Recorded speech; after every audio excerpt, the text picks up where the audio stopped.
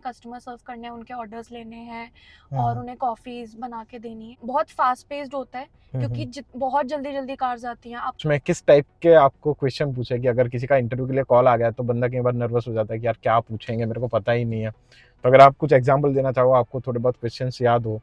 5-10 minutes का interview था, उसमें ही वो उतना चेक कर लेंगे कि okay they are good to work और नॉट। सो आज के हमारे जो गेस्ट है वो है Alisha. So Alisha, firstly thank you so much for being here. Question answer पूछने से पहले हम इनसे थोड़ा इनके बारे में जान लेते हैं। सो अलीशा, अगर आप अपना एक छोटा सा इंट्रोडक्शन दे पाए मेरी ऑडियंस को। Hi everyone, I am Alisha. मैं currently Conestoga college Doon campus में पढ़ रही हूँ और मेरा प्रोग्राम है project management and I came here in the January intake. और अलीशा साथ में टीम हॉर्टन्स में जॉब भी कर रही है। अराउंड कितने टाइम से आप जॉब कर रहे हो वहाँ पे? मुझे 6-7 मंथ्स हो गए हैं जॉब करते हैं। 6-7, ओके। अब क्वेश्चन आंसर के ऊपर चलते हैं। और सबसे पहली जो चीज़ जो मैं पूछना चाहूँगा वो ये है कि टीम हॉर्टन्स में कौन कौन सी पोजीशंस जो है वो अवेलेबल होती है, और वो पोजीशंस में किस किस टाइप का आपको काम करना पड़ता है, क्योंकि आप इतने महीने से काम कर रहे हो तो आपको थोड़ा बहुत आइडिया पता चल ही चुका होगा। तो अगर आप वो एक्सप्लेन कर पाए तो। सो टिम हॉर्टन्स में 3-4 पोजीशंस ही होती हैं। पहला होता है आपका टीम मेंबर, सेकंड होता है एक बेकर होता है जो बैकएंड के लिए होता है, थर्ड इज द सुपरवाइजर, फिर assistant manager and then the general manager of the whole store. Okay. और उसमें किस टाइप का काम रहता है टीम मेंबर से लेके मैनेजर में, अगर ओवरव्यू आप देना चाहो तो?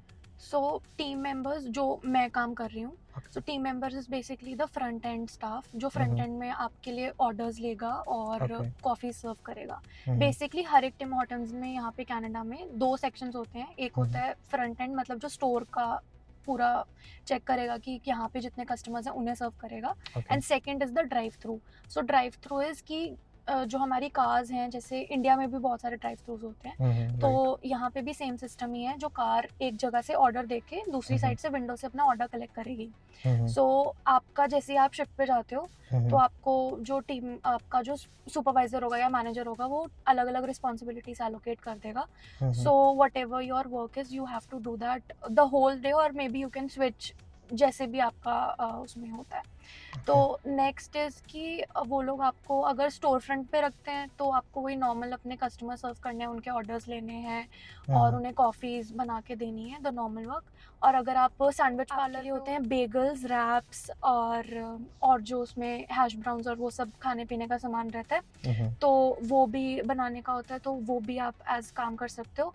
एंड दूसरा सेक्शन होता है ड्राइव थ्रू का, तो वहाँ पे भी 3 अलग अलग लोग होते हैं। एक ऑर्डर टेकर होता है जो हेडसेट पे सबके ऑर्डर्स लेगा, जैसे गाड़ी आएगी तो वहाँ पे बीप होगा and then they are going to take the order. And एक विंडो पर्सन होगा कि गाड़ी आएगी तो वो विंडो से उनके ऑर्डर्स आगे पास आउट करेगा, उनसे पेमेंट लेगा। And third is the coffee maker, जो साथ के साथ जैसे ही ऑर्डर आता है और हेडसेट पे उन्हें सुनाई देता है तो वो साथ के साथ आपकी कॉफ़ी बनाना शुरू कर देते हैं और वो पास ऑन कर देंगे विंडो पर्सन को।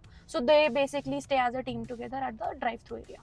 यानी आपको ये सब करना पड़ता है, राइट? कि आप कॉफी बना रहे हो, आप कभी कभार सैंडविच भी बना रहे होंगे, आप कभी कभार ऑर्डर भी ले रहे होंगे। Right. So that is why it is a lot of hectic, I would say, क्योंकि उसमें बहुत ज़्यादा मल्टीटास्किंग चाहिए होती है और बहुत फास्ट पेस्ड होता है, क्योंकि बहुत जल्दी जल्दी लगेगा कि कितना ही ऑर्डर्स आ जाएंगे एक दिन में, but actually speaking Tim Hortons is it's a popular brand in Canada. तो सबको पता है यहाँ पे टिम हॉर्टन्स तो बहुत चलता है because it is like kind of a cheap alternative to be honest.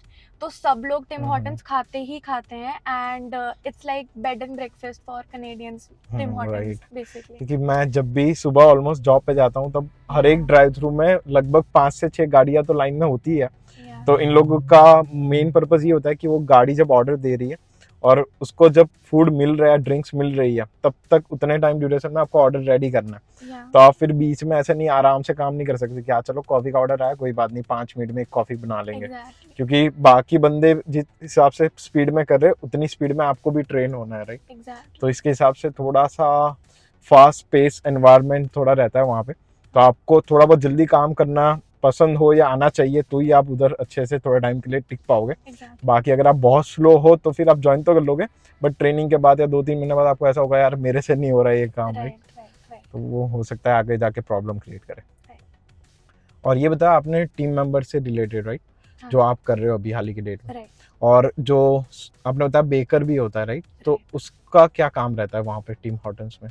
So baker basically पीछे का काम करता है, मतलब बैक एंड में जितने भी वहाँ पे टिम हॉर्टन्स में आपने डोनट्स देखे होंगे, बेगल्स देखे होंगे और कुकीज, पेस्ट्रीज, सो ऑल दो स्टफ लाइक दैट, वो बेकर का काम है। एक स्टोर में यूजुअली एक ही बेकर होता है एक शिफ्ट के लिए। तो यहाँ पे शिफ्ट्स भी अलग अलग होती हैं, एक मॉर्निंग शिफ्ट होती है, एक आफ्टरनून शिफ्ट होती है, फिर मिडनाइट शिफ्ट भी होती है। तो हर एक शिफ्ट का अपना अपना बेकर होता ही है एंड वो बेसिकली सारा बेक करेगा। कुकीज हो गए, डोनट्स हो गए, बेगल्स हो गए, ब्रेड्स हो गई, जो सैंडविचेस और रैप्स के लिए जो भी चाहिए होता है वो सब बेकर का काम ही रहता है। तो basically back end not as per customer service और कस्टमर्स को सर्व करना, वो बैक में ही काम करता है। ओके। और उसके बाद आई गेस सुपरवाइजर होता है, राइट? और असिस्टेंट मैनेजर और मैनेजर। बट जनरली जो पार्ट टाइम स्टूडेंट होते हैं वहाँ पे स्टार्टिंग टीम मेंबर या बेकर से ही कराते हैं। सो अब बात करते हैं वेज के बारे में कि आपको जो पे मिलता है वो कितना होता है टीम मेंबर या बेकर स्टार्टिंग की जो पोजीशन है वहाँ? सो स्टार्टिंग की पे मिनिमम वेज पर ही शुरू होता है, बट हाँ after you progress 6-7 months 10 months into the job, तो हाँ you can expect for a raise, but minimum wage ही होगा जो आपके प्रोविंस का मिनिमम वेज चल रहा है। okay. और हाल ही में ओंटारियो में अराउंड 15.50 समथिंग है, राइट? तो उतना आप लोग एक्सपेक्ट कर सकते हो कि मिनिमम वेज इतना मिल जाएगा। और अगर कोई बंदा जो है वो इंडिया से आ रहा है और वो पार्ट टाइम जॉब्स के लिए अप्लाई करना शुरू कर रहा है, तो अगर उसने टीम हॉर्टन्स उसके आजू बाजू में होता ही है जनरली 2-3 किलोमीटर में, तो उसको कैसे अप्लाई करना चाहिए या आपने कैसे अप्लाई करा था, आपका क्या एक्सपीरियंस रहा, वो आप शेयर करना चाहो तो? So firstly I came in January intake. So January intake as everyone know बहुत स्लो होता है, यहाँ पे हर जगह स्नो हो रही होती है and you can not expect कि हर जगह हायरिंग चल रही है, क्योंकि कोई भी यहाँ पे बाहर नहीं निकलता है। तो कोई बाहर ही नहीं निकलता तो टिम हॉर्टन्स पर भी कौन ही जाएगा। तो it's basically very slow and when I came, तो मैं हर एक प्लाजा में जाके, एज हर स्टूडेंट करता है, प्लाजा में जाके रिज्यूमेस ड्रॉप इन करना और just to ask them that are you guys hiring और not, if you are please call me back on this number and so and so. तो मैंने भी वहाँ पे जाके, जो मेरे आसपास के टिम हॉर्टन्स थे, पहले तो मुझे था टिम हॉर्टन्स, मैकडीज एंड जो भी कैफे या फूड का कुछ भी था, फास्ट फूड का, कि वहाँ पे भी I should go and drop. Specifically stores में तो करते थे बट फास्ट फूड में भी किया था। तो आसपास मेरे घर से लाइक 5 minutes दूर है ये वाला टिम हॉर्टन्स। सो मैंने वहाँ पे जाके रिज्यूमे ड्रॉप किया था। मैं वहाँ काउंटर में गई थी and I asked for the manager and then the manager came, I gave her my resume and the next day they told me that okay you can come for an interview tomorrow. That's it. जो दूसरा method है इसका, you can go to their Tim Hortons careers website. So वो भी वहाँ पे show कर देगा कि कौन कौन सी ब्रांच में हायरिंग हो रही है। तो वहाँ पे भी you can go and apply and basically same he process रहता है जैसे किसी भी ऑनलाइन एप्लीकेशन का होता है। You can apply there as well. यानी ऑनलाइन भी कर सकते हैं और जाके भी कर सकते हैं, दो ऑप्शन है आपके पास। राइट। ओके, ठीक है। और आपने जैसे बताया कि उनका कॉल आ गया इंटरव्यू के लिए नेक्स्ट डे, सो मेरा दूसरा क्वेश्चन आगे का वही है कि आपका जो इंटरव्यू हुआ उसमें किस टाइप के आपको क्वेश्चन पूछे? कि अगर किसी का इंटरव्यू के लिए कॉल आ गया तो बंदा कई बार नर्वस हो जाता है कि यार क्या पूछेंगे, मेरे को पता ही नहीं है। तो अगर आप कुछ एग्जांपल देना चाहो, आपको थोड़े बहुत क्वेश्चंस याद हो तो आप बताना चाहो। मुझे ज़्यादा क्वेश्चंस याद नहीं है बट बहुत जनरल क्वेश्चंस होते हैं, जैसे टेल मी अबाउट योरसेल्फ। फिर आपने जो भी अपने रिज्यूमे में मेंशन करा होगा, मतलब स्पेसिफिकली कोई पुराना प्रीवियस एक्सपीरियंस है इंडिया में, you worked as a cashier और you worked maybe at a cafe, तो आपने वो अपना रेलेवेंट एक्सपीरियंस मेंशन करा होगा कि because you are applying in fast food, right? तो वो रेलेवेंट एक्सपीरियंस जो आप मेंशन करोगे तो उसके अकॉर्डिंग वो आपको थोड़े बहुत क्वेश्चंस पूछ लेंगे यहाँ पे, आपकी क्या रोल्स एंड रिस्पॉन्सिबिलिटीज थी। And basically they are just trying to जज यू कि आपकी पर्सनैलिटी कैसी है और आप इस एनवायरनमेंट में काम कर पाओगे या नहीं कर पाओगे। तो बेसिकली वो वही जज करते हैं। And second of course your communication skills as well. I am not saying कि आपको इंग्लिश बहुत ज़्यादा अच्छी आनी चाहिए और बहुत ऐसे 9 बैंड्स और ये सब ज़रूरी नहीं होता है, बट एक नॉर्मल कम्युनिकेशन कि आप कस्टमर से अच्छे से बात कर पा रहे हो नहीं कर पा रहे हो, क्योंकि आपको वहाँ पे काम करना है इवेंचुअली।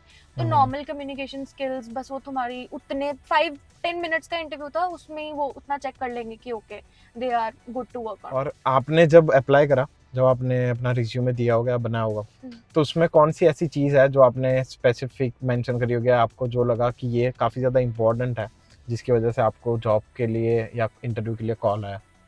सो दो चीज़ें ही होती हैं मेन तो। फर्स्ट इज़ कि आपका जो भी थोड़ा रेलेवेंट एक्सपीरियंस होता है वो देखेंगे, एंड सेकंड जो मेन पॉइंट है इज़ योर अवेलेबिलिटी। तो अवेलेबिलिटी डेफिनेटली मेंशन होनी चाहिए आपके रिज्यूमे में, because as an employer as well वो चाहेंगे कि हमारे पास ये जो बंदा है ये बहुत ज़्यादा अवेलेबल रहे, राइट। आप संडेज वीकेंड्स पे मोस्टली अवेलेबल हो गए तो they are definitely going to hire you. तो अवेलेबिलिटी डेफिनेटली वहाँ पे मेंशन होनी चाहिए, except for your study hours, जब भी आपका स्टडी टाइम नहीं है तो वहाँ पे अपनी अवेलेबिलिटी पक्का मेंशन कर दो, पूरा कॉलम बना के मंडे टू संडे का कि these are the times that I am available from, पूरा एकदम टेबल बना दो। और वो देख के वो समझ जाएंगे कि ठीक है these are the times that they are available, और बस वो इतनी सी चीज में ही दे वुड बी कन्विंस्ड कि ठीक है, maybe at least interview them and then see. और अवेलेबिलिटी बाद में भी वर्कआउट हो जाती है, इतना कोई बहुत बड़ा इशू नहीं होता, बट या definitely mention it. That's everything for today's video. I think हमने सारी चीज़ें कवर कर ली है, जितनी मेरे दिमाग में ख्याल आ रहा था कि क्या क्या डाउट आपके हो सकते हैं।